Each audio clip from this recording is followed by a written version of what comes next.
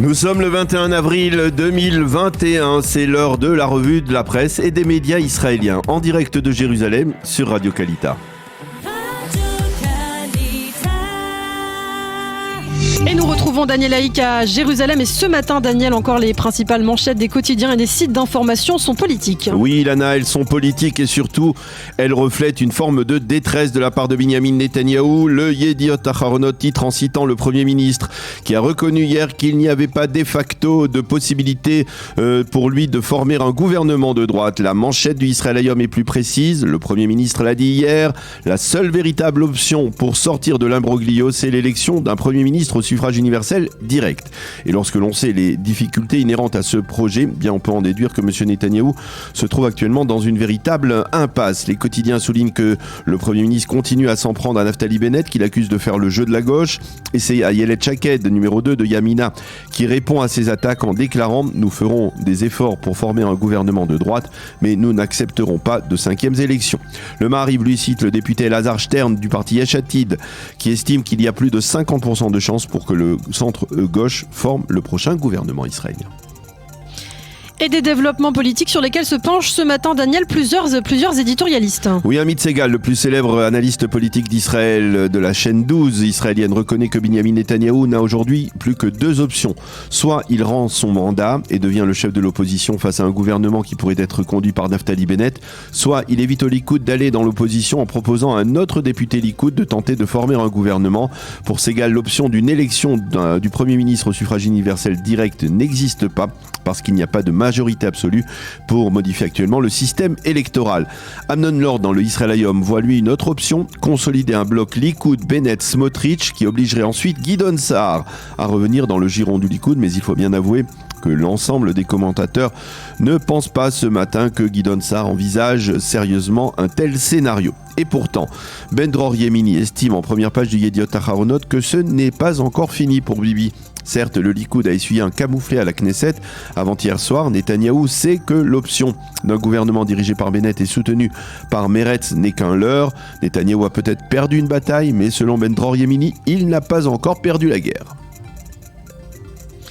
Et on reparle en page d'ouverture ce matin du site du Maariv du procès de Binyamin Netanyahou. Oui, effectivement, Ilana, les développements de ces derniers jours avaient fait un peu d'ombre au procès du Premier ministre et ce matin, le Maariv lui consacre sa manchette à l'occasion de la fin de l'interrogatoire du premier témoin de la partie civile, Ilan Yoshua, l'ancien rédacteur en chef du site Walla, qui au cours des 2 dernières semaines a détaillé les fois où il a été, selon lui, l'objet de pression de la part de son patron, Shaul Alovitz, pour éviter la rédaction d'articles qui pourraient être hostiles au Premier ministre. Le Maariv voit plus loin ce matin et il estime que le contre-interrogatoire des avocats de la défense pourrait durer plusieurs longues séances et pourrait mettre Yoshua dans l'embarras. Et justement, à propos de la durée des interrogatoires dans ce procès Netanyahou, le Haaretz publie un éditorial dans lequel il estime que, je le cite, le procès Netanyahou ne se terminera jamais et de rappeler qu'il y a encore 332 témoins à présenter à la barre et qu'à ce rythme-là, il faudra encore des années pour apercevoir la fin d'un tel procès.